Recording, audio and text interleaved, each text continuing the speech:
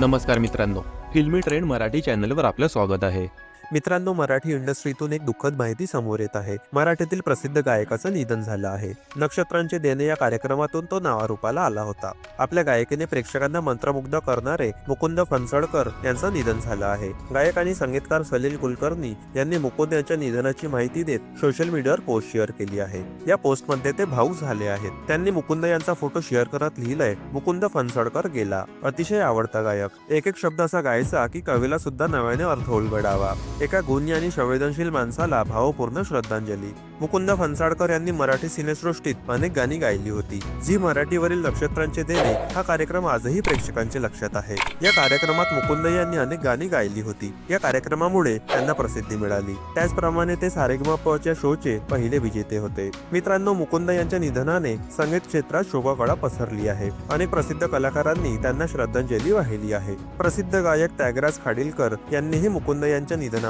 शोक व्यक्त केला आहे. जुन्या आठवणींना उजाळा देत त्यांनी काही थ्रोबॅक फोटो शेअर केले आहेत. त्यांनी त्यांच्या पोस्टमध्ये लिहिलंय, आणि आज तो गेला. मुकुंद फणसळकर आणि माझी संगीत सेवा एकत्र सुरू झाली. आम्ही स्थापन केलेली स्वरांकित नावाची संस्था, जागतिक मराठी परिषदेची स्मरण यात्रा, हिंदी सारेगमप, अनेक रंगमंचीय कार्यक्रम, रसिकांनी आम्हा दोघांना उमेदवारीचे तरुण गायक म्हणून मनापासून स्वीकारलं होतं. त्याचा नितळ, निर्दोष, तलम आवाज, सुरेल गळा आणि एकूणच संगीत, सिनेमा आणि साहित्य यातलं अफाट ज्ञान व माहिती. त्यामुळे तू रसिकांच्या आणि व्यक्तिशः माझ्या सदैव स्मरणात राहशील मित्रा, आमच्या स्मरण यात्रेत. मित्रांनो, मनोरंजन विश्वातील ताज्या बातम्या जाणून घेण्यासाठी आमच्या चॅनलला सबस्क्राईब करून बेल आयकॉनला नक्की प्रेस करा. भेटूया पुढील व्हिडिओमध्ये. धन्यवाद.